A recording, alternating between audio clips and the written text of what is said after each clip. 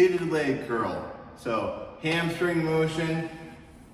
Many would argue that it's the best hamstring isolation motion, but I'm not one to argue. I'm just the one to contract, not overreact, and just enjoy the ride.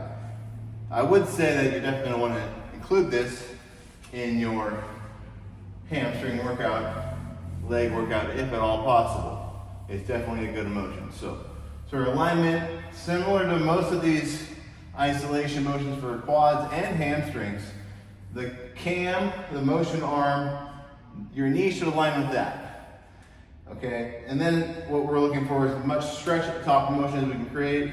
And just like the placement for the lying hamstring curl, we want that roller pad very far down the leg, not so far down that it's on our heel itself, but not so far up it's on our calf muscle, pretty far down there on our Achilles tendon itself, but not so far down that, again, it's touching the heel cap itself. All right, then what you're gonna wanna do is essentially hyperextend your leg into place. If you can get it to where there's a little bit of tension almost right on, you got yourself at a great isolation point here. Next thing you're gonna make sure, and actually this is primary, is to make sure your lower back is buried into the pad the entirety of the motion. Okay, once you got that all locked in, isolated, aligned, toes are back towards the knees, AKA dorsiflexed. Press down in, tension's off the stack, so now I'm gonna squeeze down rather fast, about a 1 second contraction. Hold for a 1-2 count at the deep end of the contraction. 3, 2, 1.